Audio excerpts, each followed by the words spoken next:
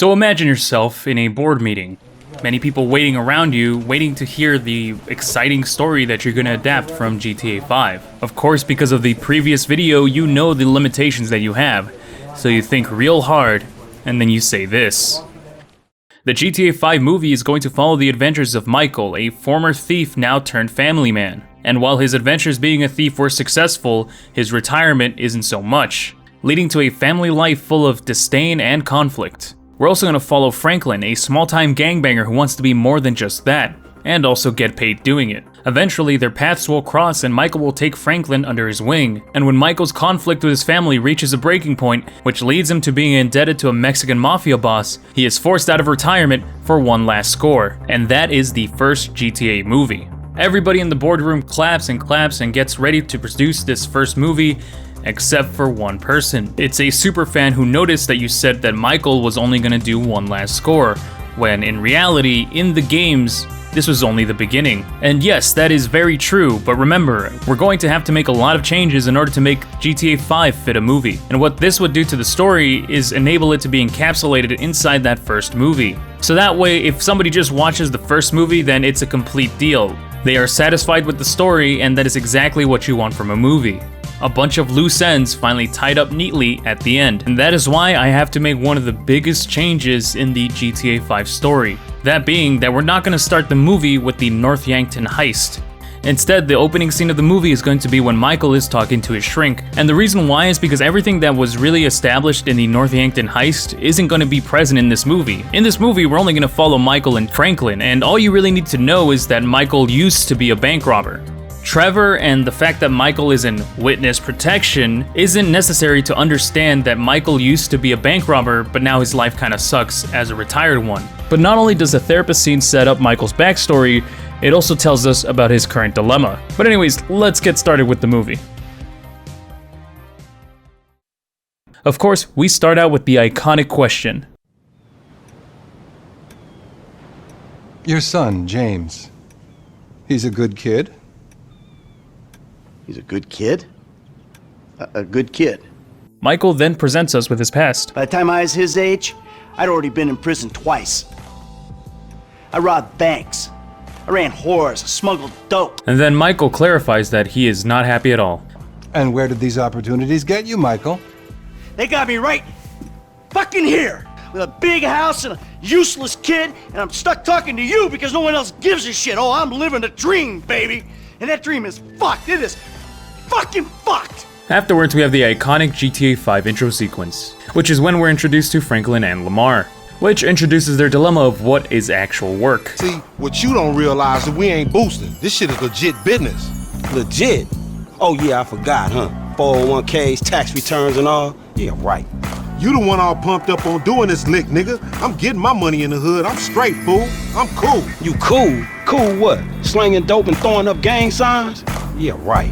Whatever, homie. Franklin and Lamar then boost some rides. And this is where we can cut to Simeon's dealership, because all this sequence does is introduce the strangers and freaks portion of Franklin's story. It also gets the player accustomed to the driving and also the police chase sequence. However, that really isn't necessary for our story, so we can just skip it. At the dealership, we are introduced to Jimmy, Michael's son, which connects Frankling to Michael later on in the story, foreshadowing one of the most iconic moments. This scene also sets up that Simeon, Frankling's boss, is not one of the most genuine people, which is a part of GTA 5's finer satire. You are right, Lamar. You get a tax rebate. I understand. Money is an issue, eh? Money isn't an issue. This is the best part. Watch this when he real and mean. He gonna get all his full money. Watch this. Look, man, I gotta go. Afterwards, after a long day of work, Frankling takes Lamar back to his house, where, you know, this scene starts. Oh, can a low come up in your crib? Show, man.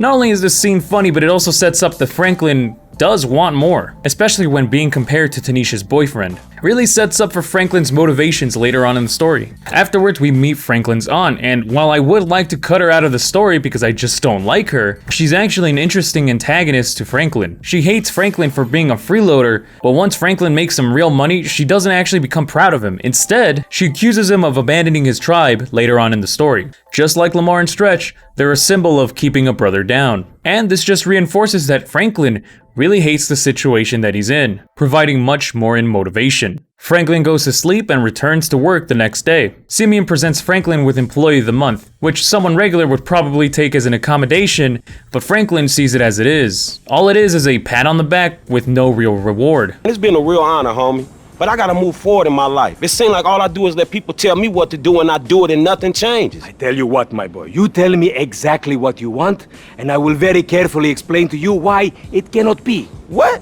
Which again just reinforces Frankling's disdain. Lamar also hates the lack of recognition, but for a different reason, which makes Lamar a good foil for Franklin for the rest of the story. Which, while they might be good friends, Lamar and Franklin just really don't see eye to eye. Next, we have Lamar and Franklin doing a repo job for Simeon, stealing from the Vagos, which results in a gunfight, establishing that Lamar really doesn't think things through, and that Lamar is kind of an impulsive person. This trait of Lamar's is gonna get Franklin into a lot of trouble, furthering Franklin's disdain for the gangbanging lifestyle. The next day, Simeon sends Franklin to go repossess the SUV that Jimmy financed. Franklin breaks into Michael's house and steals the SUV.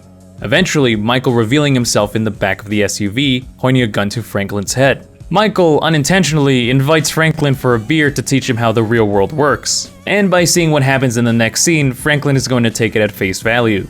Michael beats the crap out of Simeon, which just establishes that Michael still goes pretty hard, and reinforces that Michael has some violent tendencies. And with that, we end Act 1.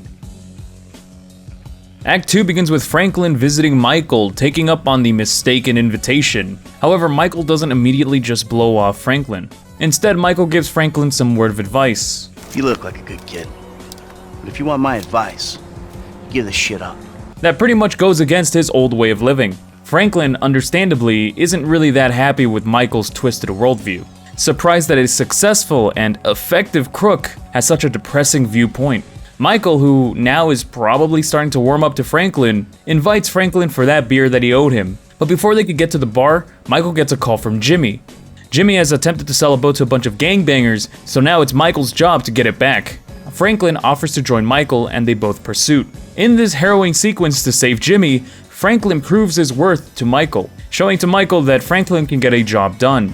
Now, after this mission, we do have some scenes with Jimmy interacting with Franklin, but honestly, we can pretty much get rid of those scenes, as they're kind of just filler. So instead, this is what happens. Michael sends Franklin to go repair the car with Jimmy, while Michael takes a taxi cab back home. Upon his arrival, he notices the 2 tennis rackets, and he finds Amanda in bed with her tennis coach. Understandably, Michael chases the tennis coach out of the house. Franklin arrives with Jimmy with the newly repaired car. Michael, now ready to chase down the tennis coach, invites Franklin for another job, and Franklin accepts. She fucked a brick in my bed. Bullshitting It me. wasn't like that! You in? Fuck it, I'm in. Let's roll. Let's get this motherfucker. Just don't kill him! Michael and Franklin eventually reach the tennis coach's house, and proceed to tear it down to the ground. These past 2 actions basically reinvigorated Michael in order to do something more, or at the very least wanting to do more, and Franklin has really cemented his usefulness in these past 2 jobs. Of course, it is later revealed that the house did not actually belong to the tennis coach, instead belonging to the daughter of Martin Madrazo, a Mexican kingpin. Martin Madrazo then negotiates a deal with Michael, who will repay him the full amount of the condo. And of course, Michael doesn't actually have that kind of money. Realizing this, Michael tells Franklin that he probably has future work for him, as there's only one way that Michael knows how to make that kind of money, and that requires him phoning an old friend. Michael proceeds to put himself in contact with Lester, an old heist friend. Lester, of course, showing his technical prowess, isn't surprised to see Michael alive. However, he is surprised by Michael returning to the game. And this is where we're gonna have to cut out the Life Invader mission. In the game, we do a favor for Lester and assassinate Jay Norris. However, this doesn't really have that much weight on the overall story. So instead, we'll just segue to Lester showing us the warehouse and setting up the mission. This is where we're gonna have to change a little bit of the fine details in order to fit our movie. Because in the overall story of GTA 5, Angelico really isn't that big of a place to hit. It was just a jewel store that Michael decided to rob instead of the Union Depository. This is where we're gonna have to take a little bit of creative liberty and make Vangelico seem like a much bigger target than it actually is. It is still just Michael trying to get himself some money, but at the same time, the stakes are a lot higher. We can't just have the climax of our movie be extremely underwhelming. We need to convince the audience that it's a much bigger deal than it actually is. Unlike in the games where this was just the starting point. Otherwise, we risk the first movie not feeling complete. So of course when Michael and Lester are casing the joint, they are met with a little bit higher resistance. The specifics really aren't that necessary, the goal is just to make Vangelico seem like a big deal. So when Michael, Franklin, and Lester decide to rob it, it'll feel like a grand finale. And instead of doing the loud and dumb version of the heist, we're gonna do the smart option instead. Might seem a little counterintuitive, but I'll explain later on. After Michael and Lester are done casing the jewel store, we cut to Franklin meeting up with Lamar and Stretch. Now this is gonna be one of the biggest changes of the GTA 5 story that we're gonna do. And in this story, we're gonna completely negate the Stretch storyline. Instead of him being a major antagonist to the story, we're just gonna have him be a foil to Franklin in this one movie. Stretch really isn't gonna be mentioned in the second or third movie. And while a lot of the reason has to be because we have to make the storyline more focused, the other reason is that Stretch really didn't have that much of an influence in the GTA 5 story. Sure, he got Lamar into trouble every single 5 missions or so, but overall he wasn't really that much of a threat when compared to Steve Haynes and Devin Weston. Anyway, Stretch symbolizes the OG hood mentality that Franklin completely detests, and that Lamar wants to emulate, and his interactions with Stretch really do push him more towards Michael. After the feud, Lamar and Stretch drag Franklin into a job, this being a drug trade. However, unlike in the original story, where they were trading with one of the Ballas who they previously attacked, since they never actually attacked this person in our version of the movie, the Balla really is just a throwaway gangster. The whole point of the scene is instead going to be just a deal gone wrong. Hey, look, this ain't about you, man. What? Yeah. Somebody See, creeping on us? they putting a nigga on TV, man, about some gang intervention shit. Hey, this ain't the police, dawg. This some ballers bullshit. Nigga, that's some bullshit. Fuck you. What's up with Hey, that we been bull? set up, nigga. This shit fucked up. you, nigga. Shit. Oh, bitch ass ball. Franklin, Lamar, and Stretch then have to fight their way out of their situation. At the end of it, Franklin is completely disenfranchised with the gangbanger lifestyle. Hell no, nigga. You sounding more and more like a snee-eye itch every day. Hell Nah, yeah. nigga, I sound like somebody trying to make some paper and not get killed. And finally, he gets that phone call from Michael for the one last heist. And Franklin, now more eager than ever to do a real job. And this is the end of Act 2. Now we enter Act 3, and Act 3 is really just gonna consist of the heist itself. It's gonna consist of the planning, the hiring of the crew, and the execution of the heist. The crew are pretty much gonna be surface level side characters, people that Lester found. Because they're not integral to the story, their backstory could just be said in a single line. For our heist crewmen, it's gonna consist of Ricky as a hacker, Packy McCreary as our gunman, and Kareem as our driver.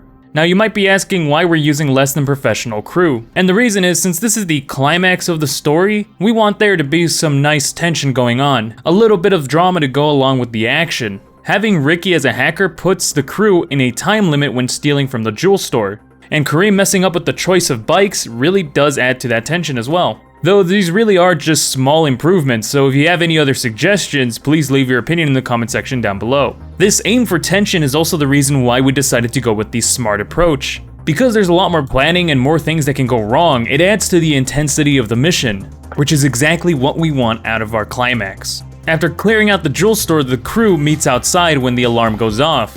This is caused by Ricky's inexperience. As such, they hurry to get on the bikes and get out of there. Of course, we have this iconic scene with Michael. Forget 1,000 things every day, pal. Make sure this is one of them. I'll see you at the river. Go! As they ride off, they are met with police conflict, leading to an awesome chase scene. And of course, the dramatic jump off the freeway. Into the tunnels, they're met with a little bit of conflict because of Kareem's inexperience, but thankfully McCreary's guidance allows them to get out of there. However, Ricky lets them know that the cops are already waiting for them at the end of the junction. With the cops now back on their tail again, Michael's goal is now to disable those patrol cars. After Michael successfully clears out the cop cars, they find an opportunity to get the bikes loaded into the truck, making for a hasty getaway. They disguise the truck, and as they're getting out, a couple of patrol cars pass by. Silence fills the truck as they're waiting for the cop cars to pass by, hopefully not noticing that this is the truck that they are looking for. The patrol cars speed off, and everybody sighs a sigh of relief. Their job is over. Michael and Franklin and the crew did it. The one last score is finally done. And thus, we have our conclusion. With the jewel store heist, Michael and Franklin celebrate their newfound friendship. Michael can once again retire after paying Martin Madrazo. Franklin then gets a phone call from Lester, who, in an attempt to launder a little bit of that money, lets Franklin know that he now has a property in Vinewood Hills. Franklin has finally made it out of that old lifestyle that he once hated so much. They all share a drink as a classic rock song plays in the background. And finally, the credits roll. And that is how the first movie ends. And that is our first movie. It is a complete package that leaves no loose ends untied. If the story were to end there, everything would be great. We got to spend a lot of time with our main characters and really get to know them, enjoying their time together and their interactions. We went through their struggles and finally made it out on top. In my opinion, this is a classic movie structure, which kind of mimics the way that Michael views his own life. A mixture of the mentor and student trope alongside a classic movie heist. But of course, we, the audience, the gamers, know that this is not where the story ends, since we know there's a special someone who's gonna throw a wrench into the entire story. But we're just gonna have to find that out in the next movie. And honestly, this first movie is kind of easy to adapt. The story itself doesn't get that complicated because we're really only focusing on Franklin and Michael, establishing their goals in the long term, but not really having any real issues aside from Michael and Martin Madrazo, alongside with Franklin and Stretch. But honestly, it's relatively easy to focus that on an A-B plot. Not to mention it gives us a good break from one story to another, while also giving each character its own fair share of screen time. It's honestly gonna be kind of hard to make the other two movies work, especially with the ideas of reworking that I have in mind, but we're gonna have to find out next time. So anyway, please tell me your opinion on this movie in the comment section down below. How would you do a GTA 5 movie? What parts would you change? What parts would you omit? Or do you think I omitted way too much? Please tell me your opinion in the comment section down below.